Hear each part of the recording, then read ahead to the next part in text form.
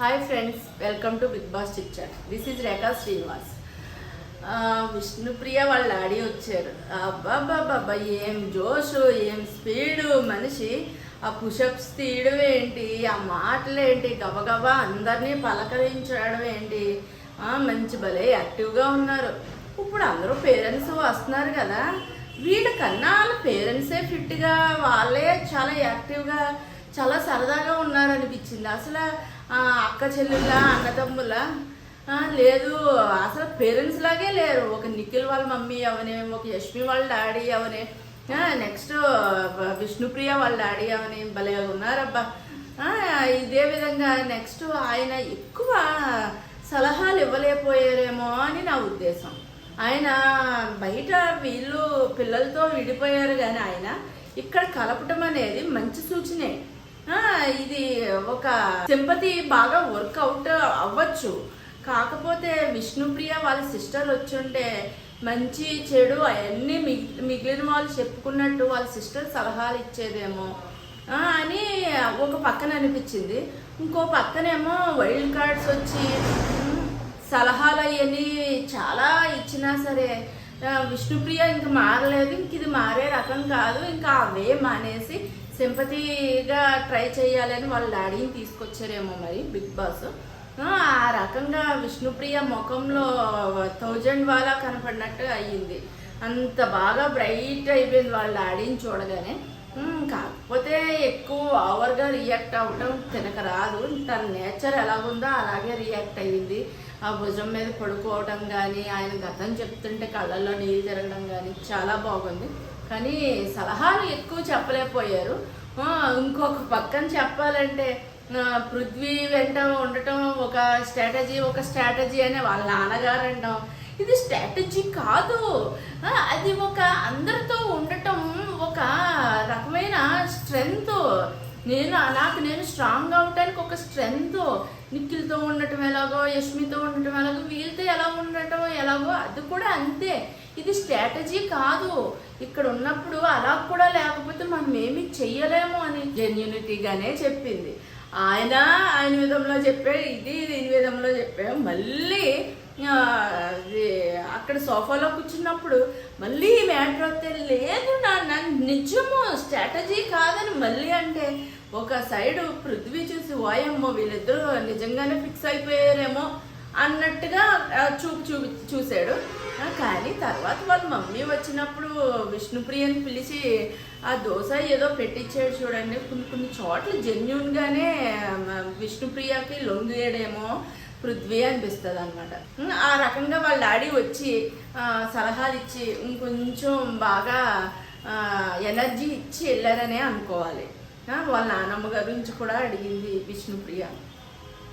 ఎక్కడున్నా వాళ్ళ అమ్మ అయితే బాగా హ్యాపీ ఫీల్ అవుతుంది. ఎందుకంటే ఆవిడ ఎలాగో లేదు కాబట్టి వాళ్ళ నాన్న వెళ్ళారు అని ఒక పక్కన ఆవిడ చాలా హ్యాపీగా ఫీల్ అవుతుంది. ఏమండో ఇంకొకటి ఆయన ఆతృతతోనో ఏ రకంగానో విన్నారా అని చెప్పేశాడండి బాబు.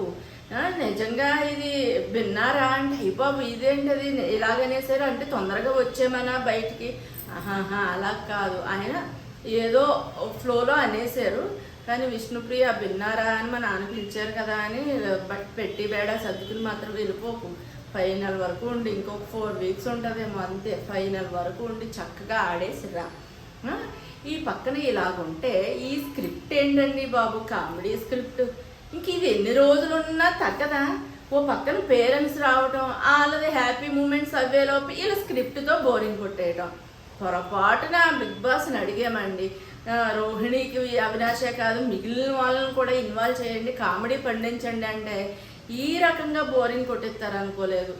2 రోజులైనా 3 రోజులైనా ఈ స్క్రిప్ట్ ఇలాగే కొనసాగుతుంది. చూడలేక చస్తున్నాం అసలు. బాగానే బాగాలేదు ఈ స్క్రిప్ట్. ముందు అది ఆపించేయండి, లేదంటే పూర్తి చేయించండి. ఈ రకంగా ఇలాగుంటే పృథ్వీ వాళ్ళ మమ్మీ రావటం, ఆవిడ కూడా యంగగా బాగుందండో. పృథ్వీ కూడా వాళ్ళ మమ్మీ పోలికలేమో కొంచెం చూడగానే ఫటక్కమని అలాగే అనిపించింది. పృథ్వీ ఆ గడ్డము మీసము తీసేస్తే డిట్ట వాళ్ళ అమ్మగారిలాగా ఉంటాడు. ఖచ్చితంగా అలాగే ఉంటుంది. అంటే నబీలు నిఖిలు గడ్డం మిషన్ తీసేస్తే పర్ఫెక్ట్ మ్యాచ్ అయిపోయారు కదా. తిన కూడా ఈ తీర్థ ఖచ్చితంగా వాళ్ళ అమ్మగారిలాగే ఉంటాడు. ఆ ఫీలింగ్ అంటే చూడగానే ఒక నిమిషం అనిపించింది అనమాట. ఆవిడ కూడా విష్ణుప్రియ విష్ణుప్రియ అంటాం, విష్ణు అంటే ఇష్టము అన్నట్టుగాను. నెక్స్ట్ అందరితోనూ బాగా కలవటం. ఆవిడకి తెలుగు రాదేమో పాపం, కన్నడలో మాట్లాడారు. మనకి కింద స్క్రోల్ చూపించారు అనుకోండి. ఆ రకంగా ఆవిడ ఉన్నంతసేపు కూడా బాగుంది. ఆవిడని వదిలేస్తే డ్యాన్స్ కూడా చాలా బాగా వేసేలాగా ఉన్నారు. కాకపోతే కొంచెం సిగ్గుపడ్డారేమో, అంతగా డ్యాన్స్ చూపించలేదు. సత్యభామ గారు బాగానే ఆడారు. నెక్స్ట్ వెళ్ళే ముందు ఒక మాట అన్నారండో, వెళ్ళే ముందు తర్వాత మాట్లాడుకుందాం. రూమ్లో కూర్చుని ఏమేమి సలహాలు చెప్పాలో చెప్పారు. నెక్స్ట్ తెలుగు వాళ్ళు ఓట్లేసి ఉంచుతున్నందుకు లెగిసి థ్యాంక్స్ అయినా చెప్పవేంటి అని అన్నారు. నిజంగా మేము బయట నుండి ఫీల్ అయ్యేదే మీరు నిజంగా చెప్పారమ్మా సత్యభామ గారు.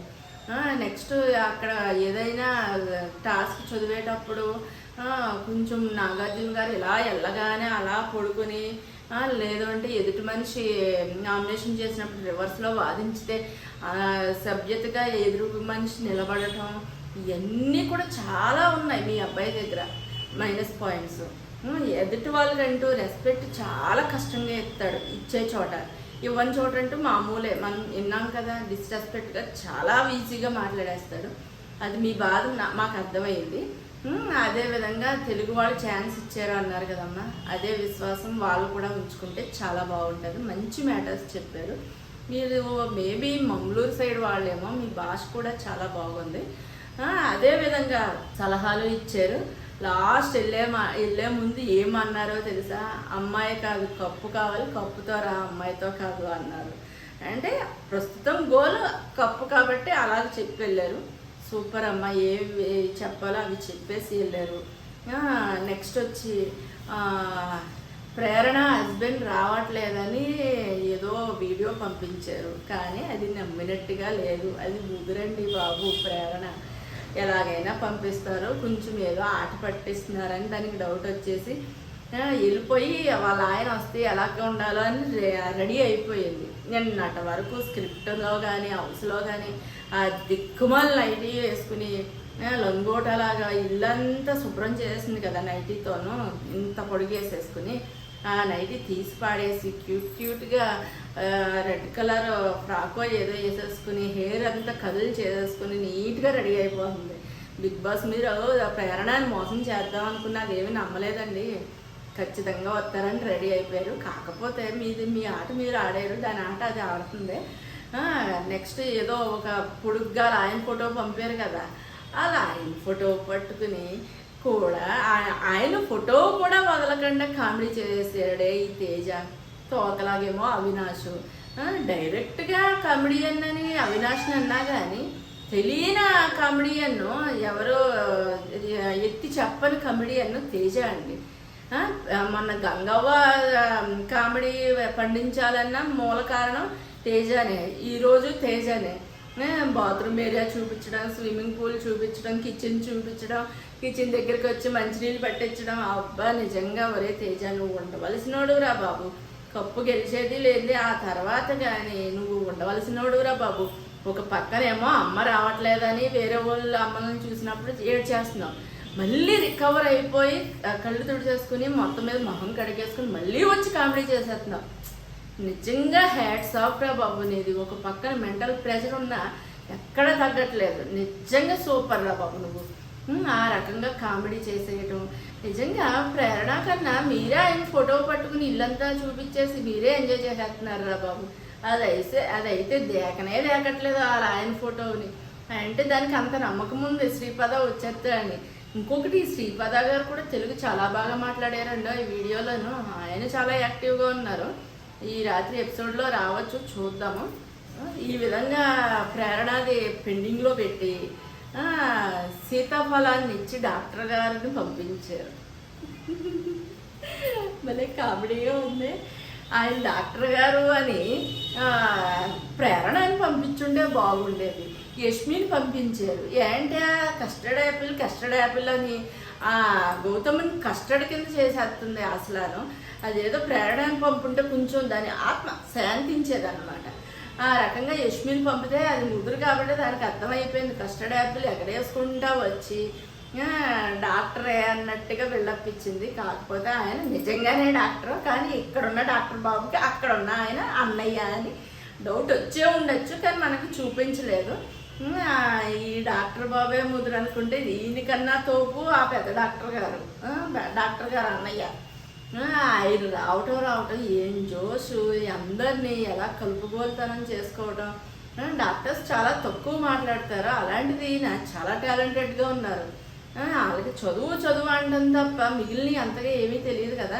ఈయన అలా కాదు, అందరితోనూ మింగల్ అవుతున్నాడు. తమ్ముడికి చెప్పిన సలహాలన్నీ చెప్తున్నాడు. డ్యాన్స్ ఎంత బాగా ఆడాడు, గేమ్ ఎంత బాగా ఆడాడు. పెద్ద డాక్టర్ గారు సూపర్ అండి బాబు. మీరు మీ తమ్ముడికి ఇచ్చిన సలహాలు ప్రతి ఒక్కటి ఆనుముత్యం. ఖచ్చితంగా ఈ చిన్న డాక్టర్ కూడా మీకు అవన్నీ ఫాలో అయ్యి ఒక లెవెల్కి తీసుకొస్తాడు. మీకు హోప్స్ ఉన్నాయి, మాకు హోప్స్ ఉన్నాయి. అందుకనే ఓట్స్ కూడా వేసి సపోర్ట్ చేస్తున్నాము. మీ అమ్మ నాన్న వచ్చుంటే ఈ సలహాలు ఇవ్వలేరు కాబట్టి నేను వచ్చి నీకు ఇవన్నీ చెప్తున్నాను. కప్పుకి చాలా దగ్గరలో ఉన్నావు, చాలా బాగా ఆడుతున్నావు. ఎక్కడ తగ్గాలో చెప్పారు, ఎక్కడ పెరగాలో చెప్పారు, ఎలా ఉండాలో చెప్పారు, ఎంత బాగా ఆడుతున్నావో కూడా చెప్పారు.